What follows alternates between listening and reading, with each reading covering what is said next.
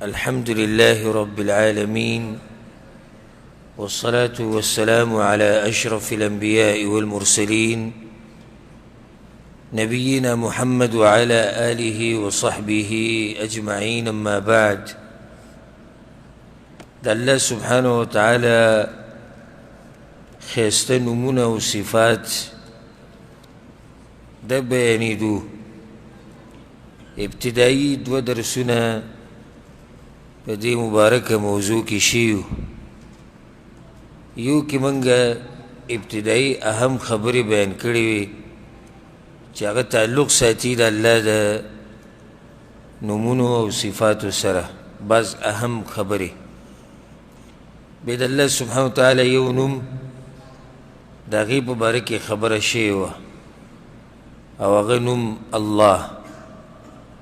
او دا خبره موږ بیان کړو چې دې کې اختلاف دی چې د الله اسم اعظم کم یو دی، خو د دلایلو په رڼا کې دا خبره ښکاري چې د الله اسم اعظم هغه هم دقه الله دی. دا هغه نوم دی چې انسان یې په دعا کې یاد کړي او څه پې هم غواړي د الله نه، نو الله یې وله ورکوي، په شرط د دې چې انسان کې هغه شروط د دعا د قبلېدو هغه پکې پوره وي، هغه آداب پکې، نو الله سبحانه وتعالی بیا د ده د دعا دا بیا قبلوي. د دغه نوم په باره کې پوره تفصیل شوی او موږ دا خبره په اوله کې بیان کړې وه چې د الله سبحانه وتعالی د نومونه چې موږ ذکر کوو نو نوم به ذکر کوو، بیا د هغه نوم معنا د دې څه معنا ده، دلایل په دې نوم باندې چې د الله نوم دی، او بیا به دا خبره ذکر کوو په آخره کې چې د دې نوم به زما او ستا په ژوند باندې څه اثر وي، یعنې څه فایده ترې موږ ته میلاویږي. د الله سبحانه وتعالی دویم نوم دی الرب. رب چې موږ وایو الرب د الله سبحانه وتعالی نوم دی. وګوره د الله د نومونه چې دي د دې سره چې عبد ولګې نو د ځان دپاره یې ښودی هم شي، لکه مخکې الله نوم نو عبدالله، و دا الرب دی نو عبد الرب، بنده د رب. او بیا بعض نومونه د الله داسې دي چې هغه په الله پورې خاص دي، او بعض داسې دي چې انسان کې هم هغه صفت راتلی شي، خو بیا هم د الله او د مخلوق د صفت یو شان نه وي. لکه د رحمت ته صفت دی، رحم الله هم کوي، رحم په بندګانو کې هم شته، خو کوم ځای کې د بندګانو رحم او کوم ځای کې د الله رحم. نو صحیح ده چې کیدی شي چې یو صفت په الله کې او د صفت په مخلوق کې مې بس صفات داسې شتي، خدای به دا معنی نه چې د صفات یو شان دي، څنګه چې د الله هغه داسې د بندګانو نه، د ځمکې او د اسمان فرق دی. لیس کمثله شی. الله په قرآن کې د خپل ځان مبارک دا خبره کړې چې زما په شان څه شی نشتی، لیس کمثله شی. نو دویم نوم د الله شو الرب. په قرآن کې په ډېرو ځایونو کې دا نوم راغلی، لکه سورة یاسین کې الله وی سلام قولا من رب الرحیم. من رب الرحیم، هغه رب چې هغه مهربان رب دی. او حدیث کې راځي په سنن ترمذی کې دا حدیث دی اقرب ما یکون الرب من العبد فی جوف اللیل الاخر. بنده رب چې دی بنده ته د شپې په د اخرنۍ حصه کې ډېر نږدې، ځکه چې الله دنیا د اسمان ته راکوزېږي څنګه چې د هغه د شان سره ښایي، نو دې ځای کې هم رب ټکی ویلی اقرب ما یکون الرب. د الله دویم نوم څه دی؟ الرب. د رب معنی څه ده؟ په اصل کې د رب ټکی چې دی دا په عربۍ کې د تربیې نه اخیستی شوی دی، تربیت ورکول. رب العالمین هغه ذات دی چې هغه تربیت کړی د ټولو مخلوقاتو او په ډېرې ښه طریقې سره یې کړی. قسمه قسم حالات په دې انسان راځي، په زناورو راځي، په پیریانو راځي، په څاروو راځي، خو د دې ټولو حالاتو سره به دا انسان څه کوي؟ د پیرې به څه کوي؟ د څاروی به څه کوي؟ د زناور به څه کوي؟ دا تربیت چا ورکړی؟ د رب العالمین ورکړی، ځکه ورته رب ویلی کېږي. نو په اصل کې د رب ټکی دا د تربیت نه اخیستی شوی دی چې الله هغه ذات دی چې د دې مخلوقاتو تربیت یې کړی. بیا په دې کې ډېرې معنی دننه پرتې دي، د رب ټکي کې ډېرې معنی پرتې دي.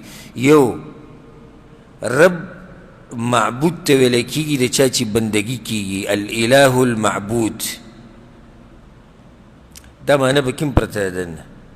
لکه حدیث کې راځي، په صحیح بخاري کې، په صحیح مسلم کې حدیث دی چې قبر کې به دا تپوس کېږي من ربک.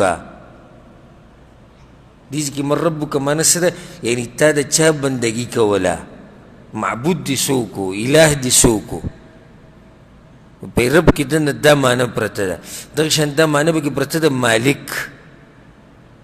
الله مالک دی د دې مخلوقات. السید مشر، باچا. لکه یوسف علیہ السلام سوی انه ربی احسن مثواي. دیز کې رب هغه عزیز مصر ته وی عزیز مصر زما سید دی، زما مشر دی، او هغه خو زما ډېر اکرام کړی دی، نو دا کیدی نشي چې زه د هغه د ښځې سره غلط کار وکړمه. نو رب په معنی د سید راځي، د مشر راځي. دا شان رب په معنی د تدبیر کوونکي راځي. الله هغه ذات دی چې تدبیر کوي، د دې ټولې دنیا د نظام چلوونکی. دا ټوله خبره چا روانه کړې ده؟ الله روانه کړې. دا معنی په دې رب کې دننه پرته ده. په رب کې دا معنی هم پرته ده، یعنی په تا باندې چې څوک احسان وکړي، نعمت تله درکړي، په دې کې دننه دا معنی هم پرته، المنعم. نعمتونه ورکړي دي دې مخلوقاتو ته. حدیث کې راځي که نه، کله چې هغه یو کس بل کس زیارت له ځینې وي هل لک من نعمة تربها علی. د رب ټکي کې دا معنی دننه پرته ده، المنعم. سبحان ذي الجبروت والکبریا والعظمه. پاک دی هغه ذات. دا ټول د هغه نعمتونه دي. دا څه چی دي؟ دا څه چی دي؟ دا ټول د چا نعمتونه دي؟ دا د هغه رب نعمتونه دي. په رب کې دا معنی هم دننه پرته ده، په یو حال باندې ثابت او همیشه اوسېدونکی. لکه عرب داسې خبره کوي، وي رب بالمکان. رب بالمکان معنی څه ده؟ یعنی دا سړی په دغه ځای کې پاتې شو. نو رب العالمین همیشه پاتې کېدونکی، همیشه پاتې کېدونکی ذات ته، او په یو حال دی. دا نه چې طاقتور دی، کمزوری کېږي، اوده دی، ویښ دی، اوده کېږي، علم ورسره دی بیا نشتی. نه، والعیاذ بالله. الله د دې هر څه نه پاک دی. رب العالمین همیشه پاتې کېدونکی ذات دی. شیخ ابن عثیمین رحمه الله وی رب هغه څوک دی چې هغه کې درې خبرې یو ځای شي. خالق دی د دې ټولې دنیا او مخلوقاتو، دویم مالک دی د دې هر څه، دریم نظام چلوونکی دی. دا رب مختصر معنی دنه و پکې لازم دا خبرې ته چې کله مونږ شروع کړي که نه، الحمد لله رب العالمین. رب څوک دی؟ رب هغه دی چې ته پیدا کړی، رب هغه دی چې مالک دی د هر څه، رب هغه دی چې نظام چلی د هر څه. الله دې ذات نه دی چې د هر څه پیدا کړي دی او بیا پرېښودي دي. د هر څه پیدا کړي دي، بیا د هغې هغه نظام هم چلیږي. او داسې الرب الف لام چې ورسره ولګي، دا صرف د الله دپاره استعمالېږي. او که موږ داسې ووایو چې رب الدار، رب السیاره، نو د رب الدار معنی څه شو؟ یا رب البیت، د کور مالک. رب السیاره د دې ګاډي مالک، صحیح دي. خو الرب څوک دی؟ هغه صرف الله دی. رب اوس موږ داسې ویلی شو چې رب الجاریه دا د دې وینځې مالک دی، دا د دې غلام مالک دی، صحیح. خو یوازې د هر څه نه چې موږ رب ټکی وایو چې رب، نو هغه یو رب العالمین دی. هغه رب په دې کې بیا شرعي معنی، دا خو ما لغوي معنی یادې کړې چې دې کې دا معنی پرته. شرعي معنو له چې ورشي دا خو یو اوږده موضوع دی. رب څوک دی؟ رب السماوات ورب الارض رب العالمین. رب د اسمانونو، رب د ځمکو، او رب د ټولو عالمینو دی. وهو رب كل شيء. سبحان الله، سورة الانعام کی الله د هر شي رب دی. وهو رب العرش العظيم. رب العالمین رب دی د عرش، هغه رب دی. تربیت یې کړی دی ټولو مخلوقاتو. هغه رب دی چې هغه یوازې د هر څه پیدا کړي، د هغه سره پکې څوک شریک نشتی. هغه رب دی چې هغه مالک دی د هر شي، د هر مخلوق، د هر څه. هغه رب دی چې د هغه داسې زور دی چې داسې زور د چا نشتی، داسې باچایي دی چې داسې باچایي د چا نشتی، او داسې نظام چلی چې داسې نظام څوک نشي چلولی. ځکه کله چې الله سبحانه وتعالی په قرآن کې د دې سپوږمۍ بحث کوي او د دې نور بحث کوي چې نور لاړې شي سپوږمۍ، سپوږمۍ لاړې شي نورې، بیا د ورځ په شپه کې او شپه په ورځ کې نه باسي. د هر څه داسې په ترتیب روان دي. د انسان ذهن ته دا سوال راشي چې دا څنګه؟ نو رب العالمین په خپله جواب وکړي، ذلک تقدیر العزیز العلیم. دغه اندازه ده د زورور او د پوهه ذات. د ټول ترتیب هغه روان کړی. دا رب دی، نظام چلوونکی د هر شي، تربیت کوونکی د هر مخلوق. دی ګبین دی مچۍ ته چا ویلی دي چې ته ګندګۍ له خوله مه وړله؟ دا تربیت چا ورکړی؟ الله ورکړی. دی سپي له، دی پیشو له، دی زناور له د تربیت الله ورکړی. ستا په دې کور کې چې د څاروی ولاړ دی، دا چې په دې هر څه پوهه دی، د خوراک ټیم او بیا د هغه د ودرېدو ټیم، او بیا چې راوباسي که خیال هم کړی دی اوبو ته چې راوباسي، د غوجلې نه راوباسي هغه ځي ته پخپله ځي، داسې ده که نه ده؟ او بیا واپس خپلې غوجلې له واپس راځي. چا دا تربیت کړی دی؟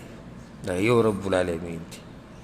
د ماشوم تربیت، دا ماشوم د مور په خېټه کې دننه چا ساتلی دی. بیا چې کله راووتو نو څنګه په ترتیب باندې زه یم، د الله حفاظت دی. ګنې سړی وایي چې دا ماشوم دغه دی زخمی شو، دغه دی راولید او دغه دی داسې شو، دغه دی، خو الله یې ساتي. الله تربیت کوي. په وړوکوالي کې د دې ماشوم په ذهن کې دا خبرې را ور اچول، دا د چا کار دی؟ خو د الله کار دی. بیا دغه شان د سلسله روانې شي هغه د مرګه پورې. د ټول نظام چلوونکی رب العالمین دی.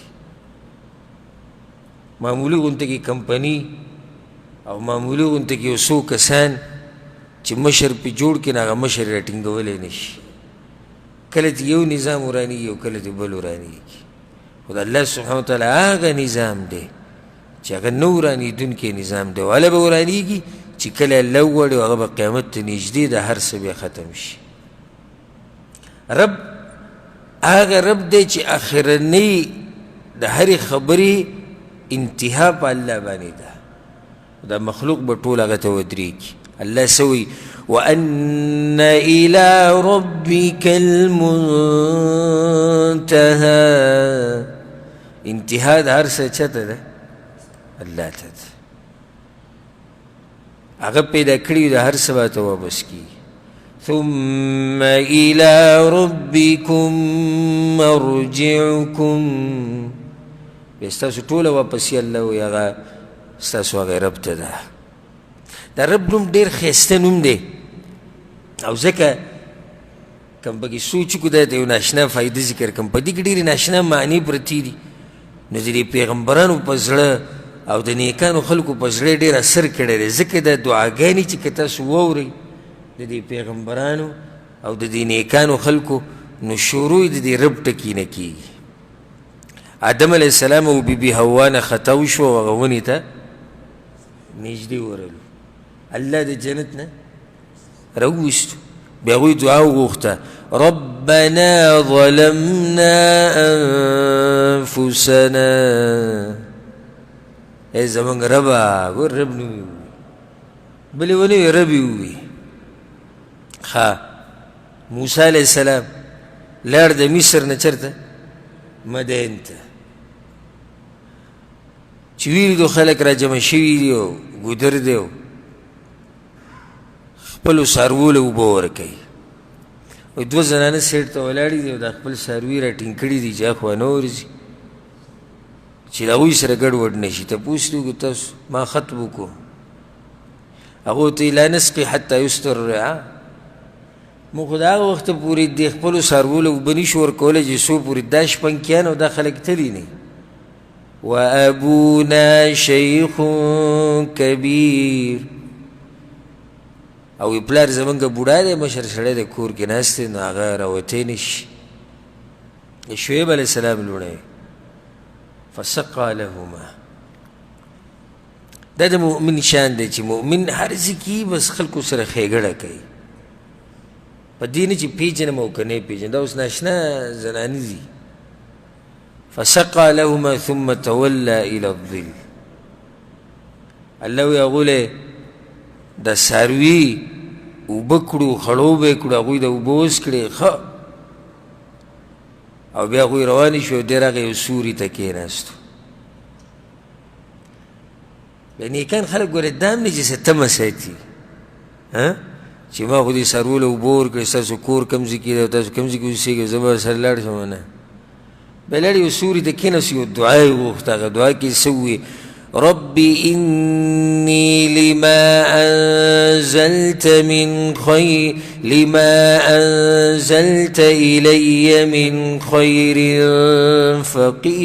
فقير. اے رب زما ګور رب ټکې اے رب زما ته چې څه خیر عمره لېږي ما ته زه ورته فقیر یم محتاج او دې ځکه خو ته ښه ډېر محتاج یم ناشنا ځای دی. فجاءته إحداهما تمشي على استحياء یو پکې راغله ډېره په حیا او په پرده کې راوړنو وي زما پلار ته راوواړي الله ولې یو ترتیب جوړ کړو. ښه الله د علم د خاوندانو دعا را نقل کړې ده چې علما دا دعا غواړي ربنا لا تزغ قلوبنا بعد إذ هديتنا اے رب زمونږ دا زړونه مه کږوه وروسته دې نه چې تا موږ ته نیغه لار وښوه نو ربنا ټکې ووایي ربنا. الله د عباد الرحمن صفات بیان کړي دي او ما په هغې باندې سلسله وار درسونه هم کړي وو یاد دي تاسو ته که نه دي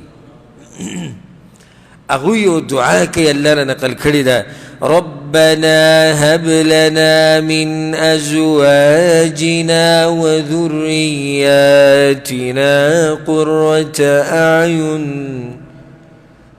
ربنا یا الله وی دې بچو باندې او په دې ښځو باندې زموږ د سترګې ایښې که زموږ د سترګې وې په ارام که نو کوم ټکی ووي ربنا د دومره قیمتي نوم دی چې پیغمبران نیکان اولیاء الله هغوی دا نوم به ډېر استعمالو په دعاګانو کې ته هم په دعاګانو کې ډېر استعمالوه. بیا دا ته فایده ذکر کړم الله تربیت کړی دی ټولو مخلوقاتو دا خبره خو موږ وکړه که نه بیا د تربیت په دوه قسمه دی یو عام دی او بل خاص دی. عام تربیت الله د ټولو مخلوقاتو کړی، کافر، مسلمان، زناور، څاروی، هر شي، او خاص تربیت یې د خپلو نیکانو بندګانو کړی دی. د نیکان بندګان چې کله واوري حي على الصلاة حي على الفلاح او د شروع کې وبې راشي جومات ته، سم خیر له چا د تربیت کړی؟ د الله کړی دی چې د دروغ نه وایي، دی چې د زنا نه کوي، دی چې د دوکې دړاکې نه کوي، دی چې د لوز پوره کوي، دی چې دا کوي دا کوي دا کوي وبه بس دا ټول تربیت ولا چا کړی دی؟ د ول الله سبحانه وتعالی کړی دی. الرب نو دا سویم نوم شو. دویم دریم نوم او څلورم نوم الرحمن الرحیم.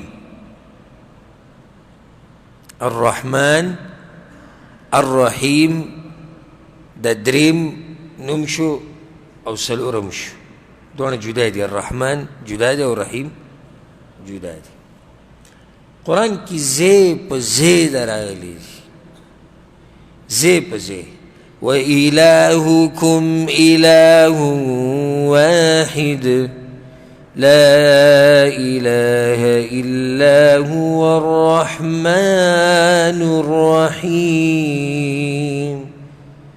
الرحمن الرحیم. فبزی که اللہ سوئی سورة الرحمن جی شروع کی الرحمن علم القرآن. فبزی که اللہ وی بسورة الاحزاب کی وکان بالمؤمنین رحیما. اللہ دے پا مؤمنانو باندی رحم کون کے. الرحمن الرحیم اصل کې د دوانو نومونه د رحمت نه اخیستې شوي. رحمت مطلب صاحب رحمت کې ټول ټکي دنه پراته دي، شفقت، مهرباني، دا ټول په دې کې دننه دي. رحمت کې دننه شفقت، مهرباني، مینه، محبت، دا پکې دننه راځي. دا ډېر اوچت نومونه دي دا دوه د الله سبحانه وتعالی په نومونو کې. او ځکه خو شروع د قرآن دی نه شوي ده. څنګه؟ بسم الله الرحمن الرحیم خو دی، خو بیا الحمد لله رب العالمین الرحمن الرحیم. دا دوه نومونه پکې خاص ذکر شوي دي. او دا ګوره یو فایده ده، بله ذکر کړم مخې ته راغله. کوشش به کوئ تاسو ته د فایدې بیان کړو، خو تاسو هم کوشش کوئ چې ځان سره یاد یې کړئ. الله سوی تا چې کله قرآن شروع کو الحمد لله رب العالمین، ټول د کمال صفتونه د الله دپاره دي چې هغه رب د دې مخلوقاتو دی. نو په زړه کې دې یو یره راغله او چې رب د مخلوقاتو دی نو زړه کې یره راشي چې ګوره هغه به څه کوي او دا خو ما سره د یوې خبرې حساب کوي او دا خو زه تباه شوم. چې خو رب د مخلوقاتو دی، مالک دی، نظام چلوونکی. نو تا ته څه وایي؟ یېرېږه مه. الرحمن الرحیم، یېرېږه مه، خو ډېر مهربانه باچا دی. سره د دې چې رب د مخلوقاتو دی سبحان الله او رحمان الرحیم دی. انسانانو ته دې خیال کړی دی مخلوقاتو ته چې څومره زور ډېرېږي نو دومره هغه تکبره او سره هم ډېرېږي. ډېر لږ دي چې هغه به مالدار او زورور به او هغه به مهربانه وي. داسې ده که نه ده؟ نور چې څومره زور ډېرېږي او مال او شهرت یې ډېرېږي نو اکثر د هغه تکبر ورسره ډېرېږي او شفقت او مهرباني ورو ورو ختمېږي. او دا رحمان نوم خو د الله دومره اوچت نوم دی تر دې چې بعضو علماو لا دا هم ویلي دي، وایي دا د الله اسم اعظم دی. اگر که دا خبره د هغوی کمزورې ده، وی دا د الله اسم اعظم دی. وجه دا دی چې وی د الله د رحمت ته ټول مخلوق حاجت لري، نو ځکه وی دا د الله اسم اعظم دی. یو دی الرحمن، بل دی الرحیم. په دې دواړو کې څه فرق دی؟ علماو ډېر فرقونه بیان کړي. د رحمان کې صیغه د مبالغه پرته ده رحمان کې د په وزن د فعلان دی یعنی ډېر رحم کوونکی نو یو فرق علماو دا ذکر کړی چې رحمان عام رحم کوونکی او رحیم څه معنی ده خاص رحم کوونکی رحمان دا ټکی خاص دی او معنی څه ده عام او رحیم ټکی عام دی او معنی څه ده خاص دی ما په دې څوک پوه کړي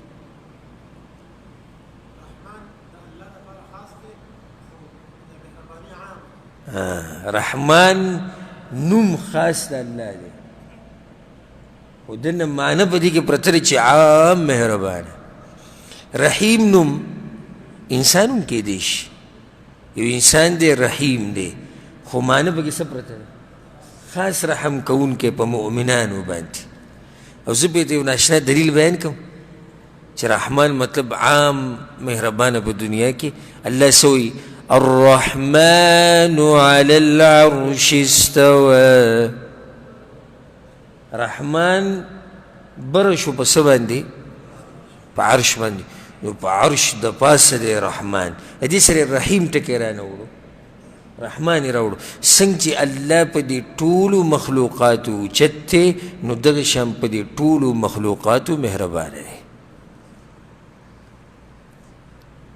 وکانه بالمؤمنین رحیما هر چې رحیم ټکی دی نو د بیا خاص دی په آخرت کې به الله په مؤمنانو باندې رحم کوي ته یو فرق دی دویم فرق وی دا دی چې دا رحمان د الله ذاتي صفت دی او دا رحیم فعلي صفت دی چې کله الله وغواړي په چا رحم وکړي دا ټول فرقونه به کې دننه که څوک بیانوي صحیح دي او دې کې دا فایده ما بار بار بیان کړې ده چې رحمان نوم دا مخلوق نشي ایښودی ما بیان کړې که نه ده نو دا بعض چې وایي رحمان بابا نو دا غلط دی هغه عبدالرحمن دی رحمان ټکی نوم د الله خاص بعض نومونه د الله دپاره خاص دي ما د درسونو په اوله کې دا خبره کړې وه که تاسو ته یاد دی لکه جبار قهار المتکبر رزاق رزق ورکوونکی دا نومونه په الله پورې څه دي خاص دي الله بعض دي څه دي چې هغه مخلوق کې هغه صفت راتلی شي او بیا هم فرق هغې سره به الف لام نه وی دا مسله به مخکې بیان کړه نو الرحمن الرحیم د ټولو نه زیات مهربانه باچا هغه زموږ دا رب دی په سورة الاعراف کې الله وی ارحم الراحمین شفقت کوونکو کې د ټولو زیات شفقت کوونکی هغه رب العالمین دی او غوره رحم کوونکی دی الله په سورة المؤمنون کې وی وهو خیر الراحمین یا خیر الراحمین بید الله رحمت چې دی هغه پراخ دی هر څه ته ربنا وسعت كل شيء رحمة وعلما الله رحمت عام دی ټول مخلوقاتو ته هر څه د هر څه چې تاسو یې د الله رحمت سبحانه وتعالى او بیا په دې مؤمنانو باندې خو رحمت هم عام دی او خاص دی بیا ده خاص رحم دی وګوره چې مو تا ته نیغه لار ښوولی د اسلام د پیغمبران رالیږل د الله رحمت دی ګورئ ښه د کتابونه نازلول د الله څه دی رحمت دی د علما پیدا کول په هره ژبه کې د رحمت دی د الله سبحانه وتعالی د الله رحم دی د مصیبتونو راوسته ته هم ګوره د الله رحم دی ولې په دې سره ګناهونه کمیږي بل انسان د شهوت نه لږ لرې شي الله په موږ باندې رحم کوونکی دی زموږ د پلارانو نه زیات او زمونږ د میندو نه زیات. زمونږ د مور او پلار خو بس عام د مور پلار غم دا دی چې بچی ښه خوراک وکړي او ښه جامه واچوي، دا د هغوی رحم دی. ها بعض پکې داسې شتي چې د بچي دپاره د آخرت سوچ هم کوي خو هغه لږ دي. خو رب العالمین خو هغه مهربانه دی چې د هغه مهرباني په موږ باندې د مور پلار د مهربانۍ نه زیاته ده. زمونږ په بچو باندې الله دومره مهربانه چې موږ پې دومره نه یو مهربانه سوی. یوصیکم الله فی اولادکم، الله ستاسو د بچو په باره کې تاسو ته دا وصیت کړی چې په دوی باندې به میراث داسې داسې تقسیموئ. در الله رحم نه دی؟ ما ورته چې تقسیمو لوڼو له به کیسه ورکوو؟ نه ورکوو. الله ورکړې ده که نه؟ للذکر مثل حظ الانثیین ان كانت واحده. او بیا داسې اختین د خویندو باس پکې راغلی ده او اخت راغلی ده. انسانان چې ورکوي نو بیا جنکوله نه ورکوي. او که تقسیم په انسانانو شي په دې مهربانه مور پلار باندې شي که نه، نو هم هغه پلاني زوی له پکې لږه ډېره ورکه او هغه پلاني له لږه کمه ورکه. زه خیر دی دغه یو ښه دی. خو د رب العالمین مهرباني ته وګوره چې هغه تقسیم یې وکړو د میراث. وایي نه نه دا به داسې تقسیمیږي او دا به داسې تقسیمیږي. او بیا دا فایده خو ما تاسو ته ذکر کړه چې د الله سبحانه وتعالی مهرباني د عامه ده او خاص ده. عامه په ټولو ده، لکه په دنیا کې کافر هم لګیا دی خوراک کوي او ژوند تېروي او روغ بدنونه دي او مؤمن هم. خو په آخرت کې بیا د رحمت خاص د چا دپاره دی؟ د الله دپاره. دا ګوره د الله شفقت دی په موږ باندې چې په موږ باندې دا حرام کړي تاسو به د یو بل مالونه نه خورئ. دا شفقت نه دی د الله، دا د الله شفقت دی او مهرباني ده. وایي ځانونه به نه وژنئ. ګوره انسان راولګي ځان مړ کړي، کوي داسې که نه کوي؟ هغه الله په موږ باندې زموږ د دې ځانونو نه زیات هم مین دی. وینا ولا تقتلوا انفسکم، ځانونه به نه وژنئ. د رب العالمین د مهرباني که ما تاسو ته باز شروع کړو که نه، نو یو هفته به پکې لګېږي خو دا موضوع به ختمه نه شي. خو زه به پکې یو حدیث تو بیان کړم چې تاسو خوشحاله شئ. په صحیح بخاري صحیح مسلم کې دا حدیث دی. او زه خو چې دا حدیث یو پروګرام اوسځي کې ټي وي باندې وکړو، زموږ یو پروګرام ریکارډ کېدلو په هغې کې زما نه دا سوال شوی و چې کم آیتونه او کم حدیثونو سره ته ډېر ودرېږي او سوچ کې په تا اثر کوي. نو هغه ډېر زیات دی او ټول قرآن اثر کوي، ټول حدیثونه. خو بعض داسې چې د انسان دې زړه ته ډېر زر کوزېږي او ډېر زر اثر کوي. نو یو حدیث پکې دا دی چې دا کله هم زما مخې ته راغلی، نو زه ورسره ودرېدلی یم. وایي لما قضى الله الخلق، کله چې الله پیغمبر صلی الله علیه وسلم وایي کله چې الله د مخلوقات پیدا کړو، كتب في كتاب فهو عنده موضوع على العرش. الله په یو کتاب کې دا خبره ولیکلې او کتاب د الله سره دی د عرش په خوا کې. څه ولیکل الله په دې کتاب کې؟ ان رحمتي غلبت یا سبقت غضبي، زما رحمت زما د غضب نه مخکې شوی. په هغه کتاب کې الله دا خبره ولیکله. الله پکې ولیکل وي زما رحمت زما د غضب نه او زما د غصې نه مخکې شوی دی. یو بل حدیث به درته بیان کړم، دا په صحیح مسلم کې دی او په صحیح بخاري کې دی. پیغمبر صلی الله علیه وسلم وایي الله سل برخې پیدا کړي. او هغه حدیثونو کې یو حدیث دا دی چې کله زما مخې ته راشي نو د الله نه مې ډېر امیدونه پیدا شي او ډېر ورته خوشحاله شي. الله سل رحمتونه پیدا کړي. انزل منها رحمة واحدة بين الجن والإنس والبهائم والهوام. یو رحمت الله د مخلوقاتو په منځ کې راکوز کو، انسانان، پیریان، ساروي، زناور، هر څه چې فبها يتعاطفون وبها يتراحمون. نو د انسانانو په دې منځ کې او د څارویو ځناورو په دې منځ کې چې څومره شفقت دی د هغه یو برخه رحمت دی.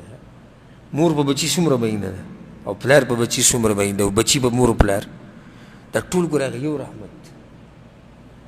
نور څه شو؟ وأخر الله 99 رحمة، یو کم سل برخې رحمت الله پرېښودو د ځان سره. یا رسول الله ویولي یو رحمت الله را کوز کو، یو کم سل رحمتونه ولې پرېښودو د ځان سره؟ ويرحم بها عباده يوم القيامة، د قیامت په ورځ به دا به د بندګانو استعمالي په هغوی به رحم کوي.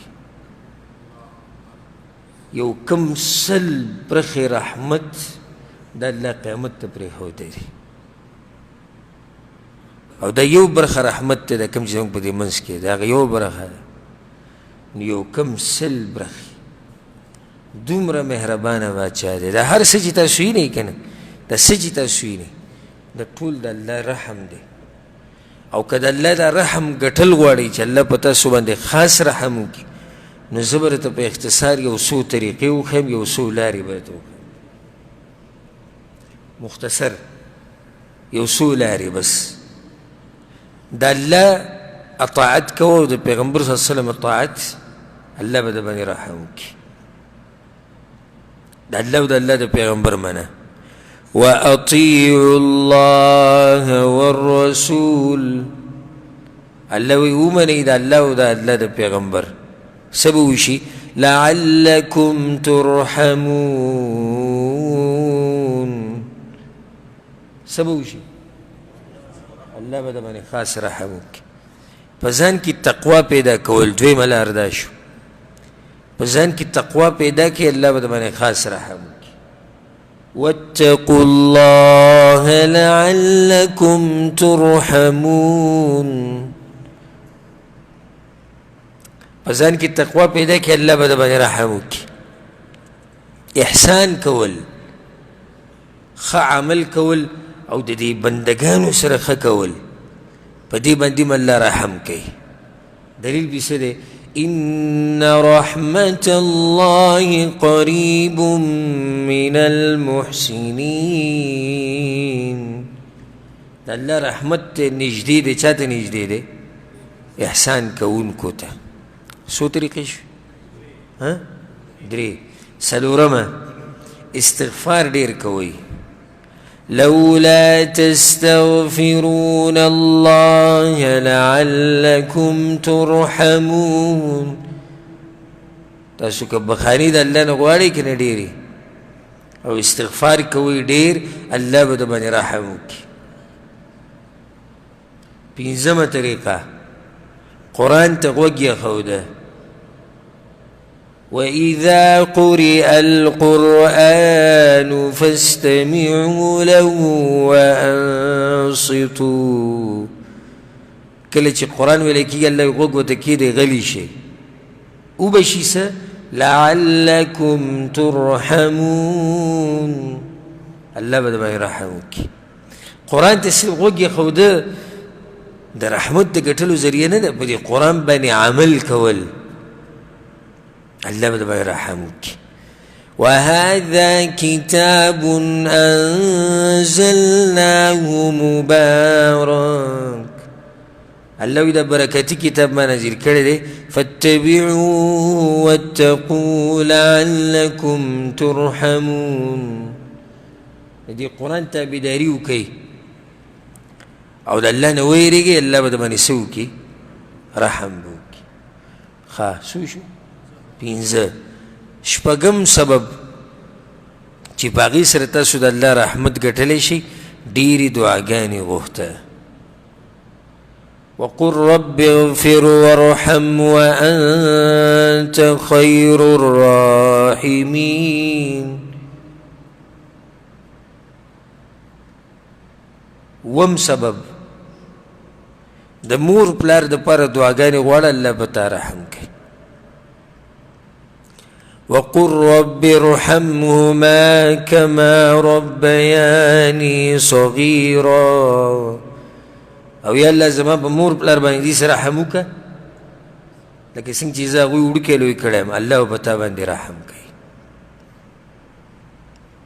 اتمه ذریعه په مخلوق باندې رحم کول الله به په تا باندې رحم کوي. ډېر حدیثونه موږ په دې کې بار بار بیان کړي بار بار. الراحمون يرحمهم الله. څوک چې په مخلوق باندې رحم کوي الله په هغه باندې رحم کوي.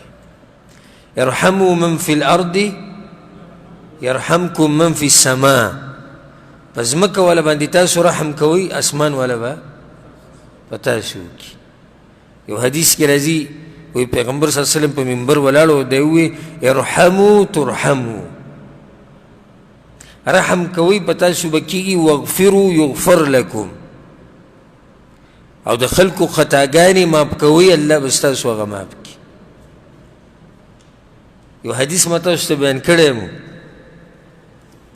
یو صحابي راغی په انسانانو باندې رحم کول خو ډېره غټه خبره. یو صحابي راغی وی یا رسول الله زه چې کله څاروی لالومه او ګډه لالومه نو دا زړه مې په ډېر سوځي. پیغمبر صلی الله علیه وسلم ته وی وشهد ان رحمتها رحمك الله. زه چې ته په ګډه باندې دومره مهرباني کوي الله به ته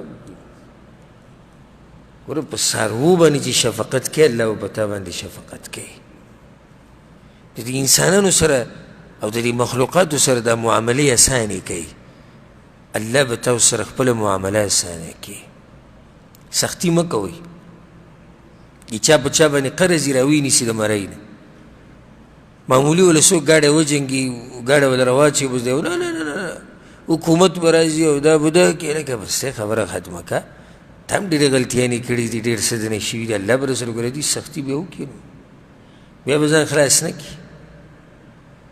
ځکه پیغمبر صلی الله علیه وسلم په یو حدیث کې دعا غوښتلې دغه چا دپاره وایي رحم الله عبدا. الله دې په هغه بنده باندې رحم وکړي چې خرڅ کوي څه شی اخلي څه معامله اخلي څه معامله کوي نو ډېره په اسانتیا یې کوي سختي پکې نه جوړوي. تاسو د الله د بندګانو سره اسانتیا پیدا کوي الله به تاسو سره پیدا کوي. څو شوي؟ اته. نهمه ذریعه د الله د رحمت ته ګټلو د ښه کار امر کول او د بد کار نه منع کول. الله په سورة توبه کې دا خلک ذکر کړي دي چې مؤمنانو کې دا صفت دی په سړو کې او په ښځو کې. یأمرون بالمعروف وینهون عن المنکر. په آخره کې الله وایي اولئک سیرحمهم الله. په دې خلکو باندې به الله څه کوي؟ الله به پرې رحم کوي. اته شو؟ نه. لسم صفت د الله ذکر ډېر کول.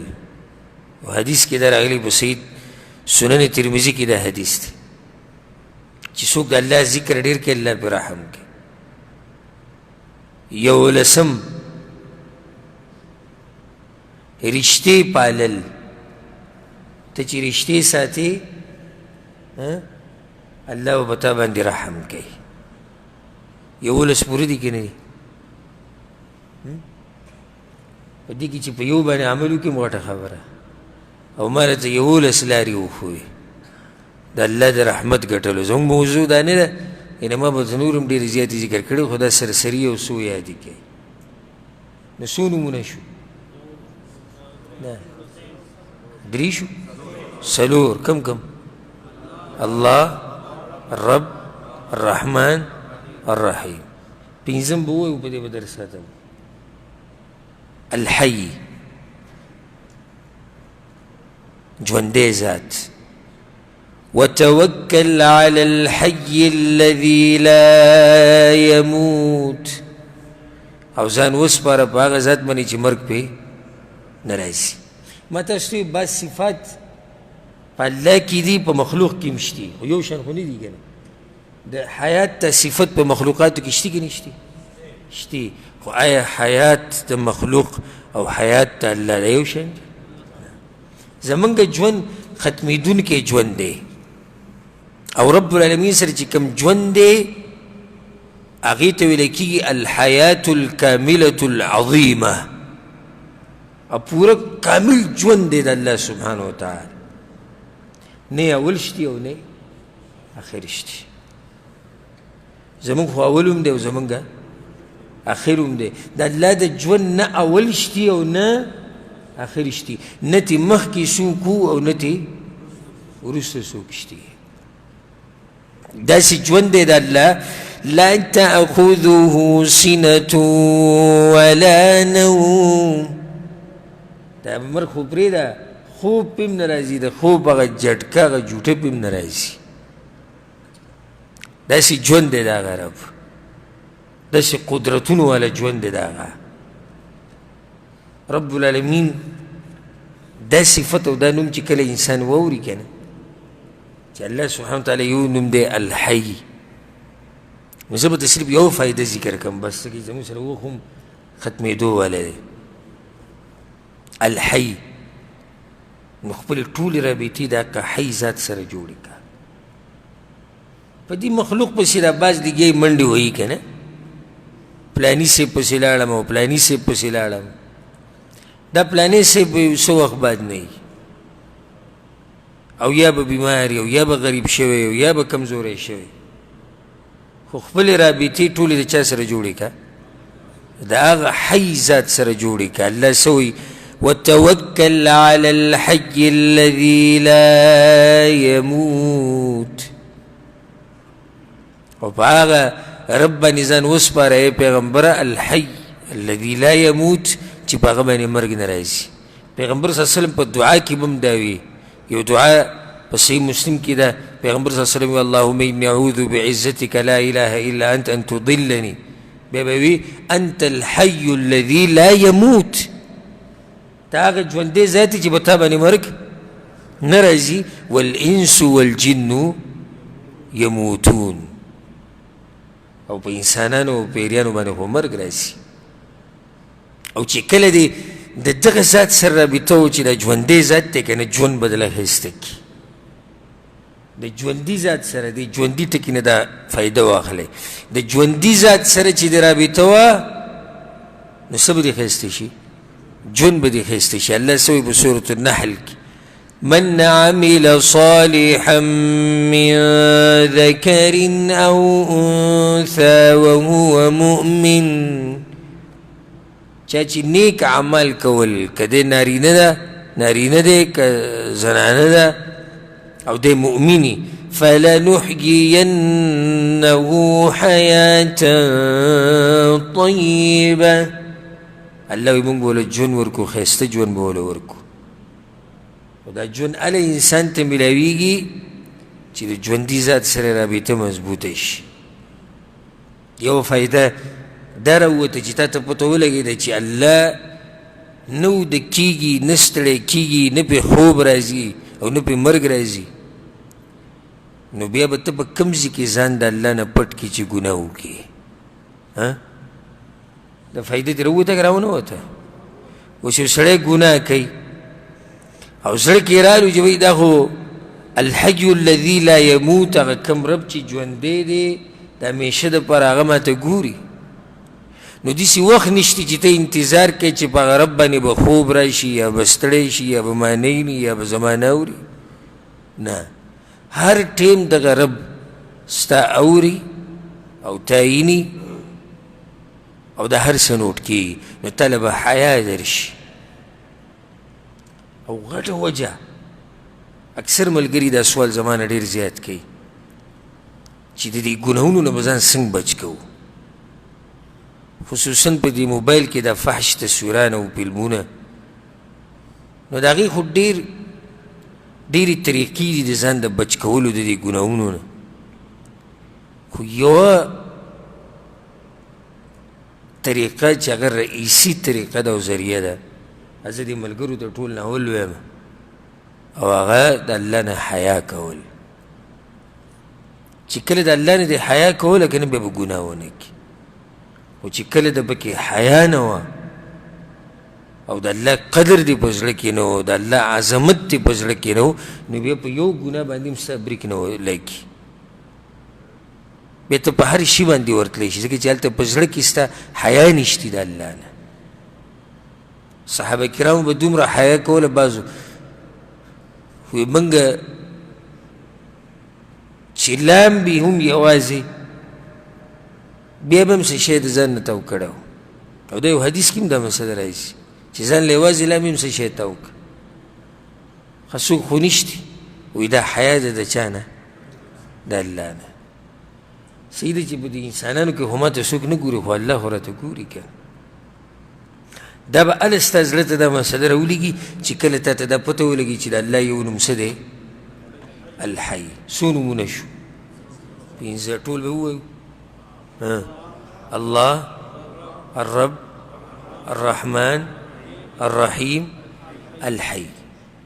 په دې ځای باندې نننی درس ودرېد انشاءالله پر روان درس کې به بیا باقي نومونه دا سلسله به پوره کوو. الله سبحانه وتعالی دې موږ له توفیق راکړي چې د الله نومونه او صفات داسې وپېژنو لکه څنګه چې پکار دي. هذا والله اعلم وصلى الله وسلم على نبينا محمد وعلى آله وصحبه أجمعين.